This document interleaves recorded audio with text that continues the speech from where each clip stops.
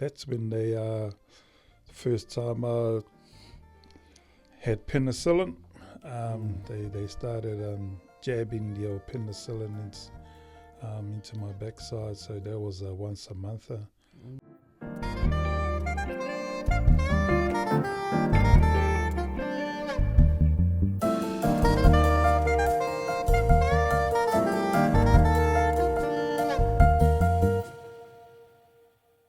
Kia ora koutou katoa, and welcome to episode 1 of the Tuhoe Hauora podcast, Rheumatic Fever series. I'm your host Caleb Ihe, and in this series I will be interviewing manuhiri who have experienced rheumatic fever and kaimahi who work in the rheumatic fever space. Today's manuhiri is Rameka Tuhaka. Can you introduce yourself for our whānau? Kia ora tātou whānau, ko Rameka Tuhaka tōku ingoa no Rheumatic, he kaimahi au no kei Tuhoe Hauora, ko tāku mahina hui a whānau. Kia ora. Too much Uncle Ray. For those of you out there who don't know Uncle Ray, he's a kaimahi here at Tuhoe Hauora, and he's actually experienced rheumatic fever. So Uncle Ray, how long ago did you actually have rheumatic fever? When I was about 8 or 9 years old, I ended up having a rheumatic fever. This was in the late 70s, and I ended up in hospital for up to 2 years. I was stationed there for 2 years in hospital, and apparently at the time it was something that our doctors didn't know about what it was until a doctor from South Africa come over to Whakatane, and then he picked up that this was a rheumatic fever, and it was a third world sickness that we're here. True. So back then they didn't even know what rheumatic fever was, eh? And well, obviously, if I had to get someone from a whole different country to come over, and then he was the guy that figured it out. Yeah, I think they did from later on down the line. Some of the doctors are saying, no, they knew what it was at the time, but people back here in Whakatane weren't too sure, and so they had to make sure that it was before they done anything about it. And that's when they first time I had penicillin. They started jabbing the old penicillin into my backside, so that was once a month, having those injections. And then so that was just sitting in hospital in the bed for over 2 years is a long time. And that's like no activity whatsoever. You were 8 years old. Yep. All the way until you were about 10 then. Yeah. So I missed out on schooling for a little while there, even though they did have a bit of a school teacher in the hospital in the day. But otherwise there was no friends, and my whānau would come and visit me when they could, because it was a bit of a travel from Rheumatic to Whakatane in the day. I was lucky my older sister and older brother went to intermediate school in Whakatane, and they'd come over lunchtimes to have a visit. Oh, man. So I was lucky to have them over there. Yeah. That's whānau. My mum and dad will probably come in every 2 days of the week for a visit.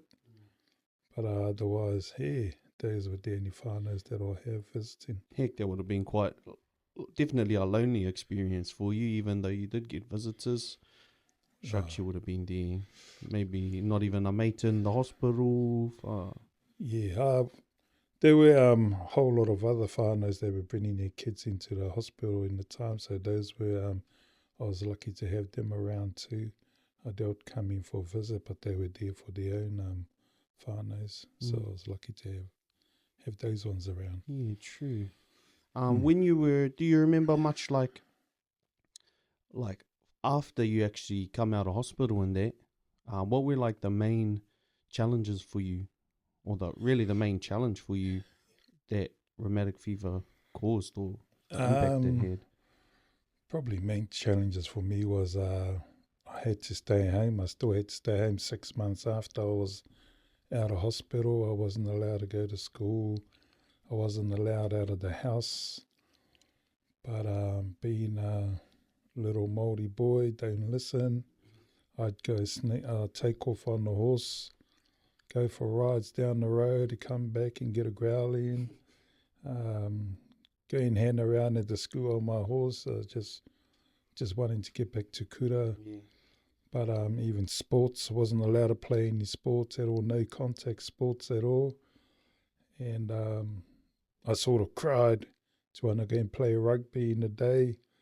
And one day my mum just thought, oh, well, go on then, go and have a try it. So I went out, play rugby, and then, yeah, all the things you're not supposed to do, I sort of wanted to go out there and do it.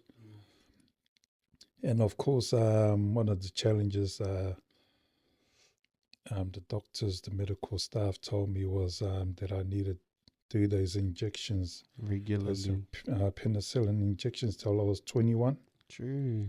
Till I was 21 years old. When I turned 15, I sort of stopped taking those penicillin jabs. And the doctor said, well, you won't live to get to 21 years old if you stop taking those jabs. So I just thought I'd be a hero and do it anyway. And not to say go out there and not listen to the doctors. Hey, I'm not saying that you should do that. For me, I think back on it and think about, things could have been different if I suppose I was pretty lucky because I was active going to the bush with my uncles, my krauas. I was active going to the beach for dives with the uncles and koutou. I was quite active. So I think I was lucky, didn't just keep moving around. I think if I was stationary, it would have been totally different. Yeah. Different. So I feel like that might have been why their advice for them was, you just got to keep taking it. Just got to keep going. Because I know rheumatic fever is like affects the valves in your heart, and you can't pump as much blood around your body. But since you were already quite active, your blood or your heart, the valves in your heart might have been just used to your activity levels, and it didn't affect you as much as what you're saying, eh? Yeah. So the other thing was I had a big hole in my heart. Well, I think it's still there too. So there was another, it was not only the rheumatic fever, but having that hole in your heart was extra bloody caution that I had to watch. But otherwise, still here today and pretty grateful. Had a bit of a turn not too long ago with the manawa again, with the hearts. And I've sort of learned to go back and start listening to the doctor guys. Well, they know what they're saying. Yeah, true. But it isn't until you grow older and you start thinking about it, should have listened in the first place. Yeah, you get the realization now. Get the wake up call. Even for our whānau that are listening out there, what kind of advice would you give them? I wouldn't say like any kind of wake up call, but in terms of rheumatic fever, what would you suggest to our whānaus out there? Just to our whānaus out there, when our kids come home, got a sore throat, I honestly reckon get out there and get them checked out. it might be nothing, but then again, it could be something to do with rheumatic fever. If it is, you need to keep on top of that. We don't need our kids getting their rheumatic fever. Honestly, it's hard work, not only for you as a parent, but also for the child that's got it. But you can fight it by getting all these medication in place. Sometimes in our whānau, it's something passed down to us. Everyone in the whānau will actually get our rheumatic fever. So, yeah, getting our kids checked out, even yourself, and hopefully we can fight this rheumatic fever and get rid of it altogether. But then that's up to us. Yeah, totally agree with you there, Uncle.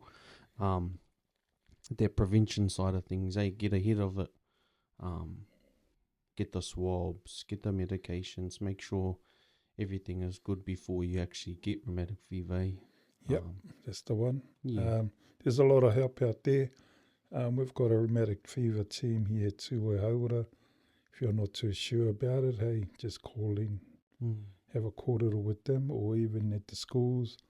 Our teachers will get hold of us and we'll just come around and send people around to have a koutou on what rheumatic fever is. It is until your kids get it, and then you'll realise how important it is. Some of it is living healthy too, having healthy homes to stay in for our tamariki.